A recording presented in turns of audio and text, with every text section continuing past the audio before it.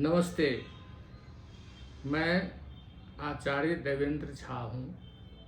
मैं एक आईआईटीएन हूँ, ज्योतिषाचार्य हूँ और अध्यात्म में गहन रुचि रखता हूँ।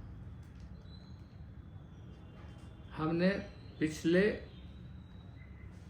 वीडियो में ये बताया था कि सावन का महीना शिव को अति प्रिय क्यों है। आज उसी विषय वस्तु को आगे बढ़ाते हुए हम ये जानने की कोशिश करेंगे कि सावन के महीने में किस व्यक्ति को किस ज्योतिर्लिंग की विशेष उपासना करनी चाहिए जिससे कि उसको उसका उत्तम फल प्राप्त कर सके।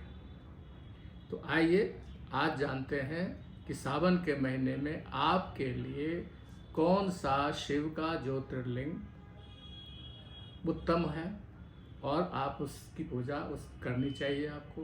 यूँ तो सारे ज्योतिर्लिंग सभी फल दे सकते हैं, लेकिन एक विशिष्ट व्यक्ति के विशेष कुंडली के आधार पे उसे कौन सा ज्योतिर्लिंग की विशेष उपासना करना चाहिए और ख़ास करके सावन के महीने में करना चाहिए, आज इस पे प्रकाश डालने की कोशिश करेंगे।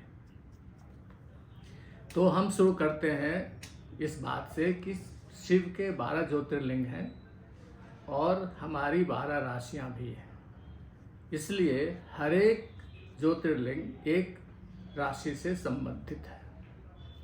तो अगर आपकी राशि मेष है तो वो ओंकारेश्वर शिवलिंग को रिप्रेजेंट करता है। अगर आपकी राशि वृषभ है यानी टॉरस है तो रामेश्वरम ज्योतिर्लिंग को रिप्रेजेंट करता है। अगर आपकी राशि मिथुन है तो त्र्यंबकेश्वर ज्योतिर्लिंग उसे रिप्रेजेंट करता है।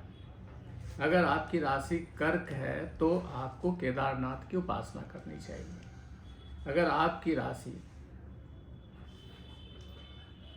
लियो है तो आपको वैद्यनाथ की उपासना करनी चाहिए। अगर आपकी राशि कन्या है तो मल्लिकार्जुन आपके लिए ज्योतिर्लिंग हैं जिनकी विशेष उपासना करनी चाहिए।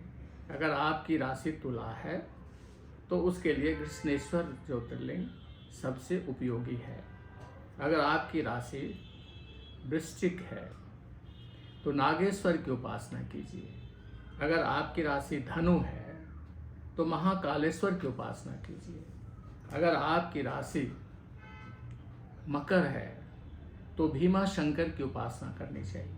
अगर आपकी राशि कुंभ है तो सोमनाथ की उपासना करनी चाहिए। और अगर आपकी राशि मीन है तो विश्वनाथ की उपासना करनी चाहिए। तो इस तरह से हमने देखा कि हर एक राशि के लिए एक एक ज्योतिर्लिंग उपयुक्त है जो विशिष्ट फल दे सकता है। अब हम ये जानने की कोशिश करें कि अगर किसी की जन्म कुंडली में वर्तमान समय में कोई ग्रह पीड़ा दे रहा हो तो किस ज्योतिर्लिंग की ज़्यादा उपासना करने से वो उस पीड़ा से मुक्त हो सकता है।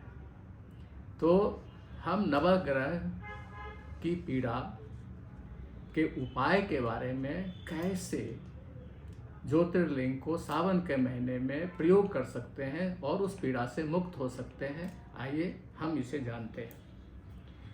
तो अगर कोई व्यक्ति सूर्य ग्रह से पीड़ित है तो उसे महाकालेश्वर, ओंकारेश्वर और वैद्यनाथ ज्योतिर्लिंग की उपासना करनी चाहिए। अगर कोई चंद्रमा से पीड़ित है तो सोमनाथ,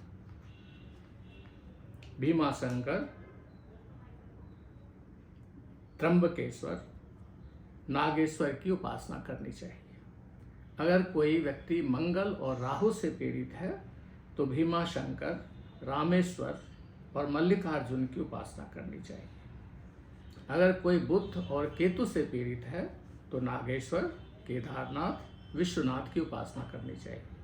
अगर किसी को गुरु की पीड़ा सता रही है तो उसे विश्वनाथ, वैद्यनाथ और केदारनाथ की उपासना करनी चाहिए। अगर कोई शुक्र ग्रह से पीड़ित है तो महाकालेश्वर, रामेश्वर और मल्लिकार्जुन ज्योतिर्लिंग की उपासना करनी चाहिए। अगर कोई शनि ग्रह से पीड़ित है तो सोमनाथ, घृष्णेश्वर और त्र्यंबकेश्वर ग्रह ज्योतिर्लिंग की उपासना करनी चाहिए।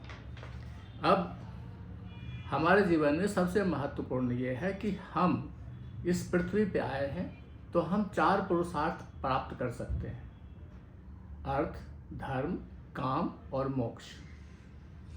हम ये जानने की कोशिश करेंगे कि हमारी जो मनोकामना है वो अर्थ से संबंधित है या धर्म से संबंधित है या काम से संबंधित है या मोक्ष से संबंधित है।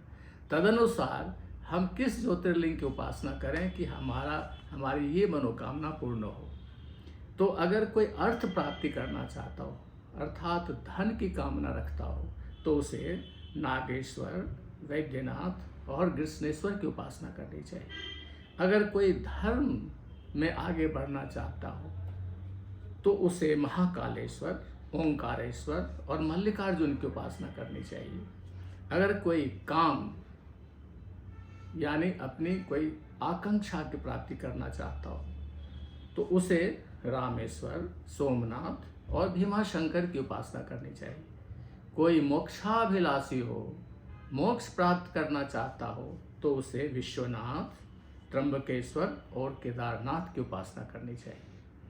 तो आज हमने ये देखा कि किस राशि के लिए कौन से ज्योतिर्लिंग अधिक उपयुक्त है। हमने फिर ये देखा कि किस ग्रह की शांति के लिए किस ज्योतिर्लिंग की उपासना करनी चाहिए, और हमने ये देखा कि किस पुरुषार्थ की प्राप्ति के लिए कौन से ज्योतिर्लिंग की उपासना करनी चाहिए ताकि हम अपनी इच्छाओं को पूर्ण कर सकें, प्राप्त कर सकें और विशेष लाभ सावन का उठा सकें। धन्यवाद।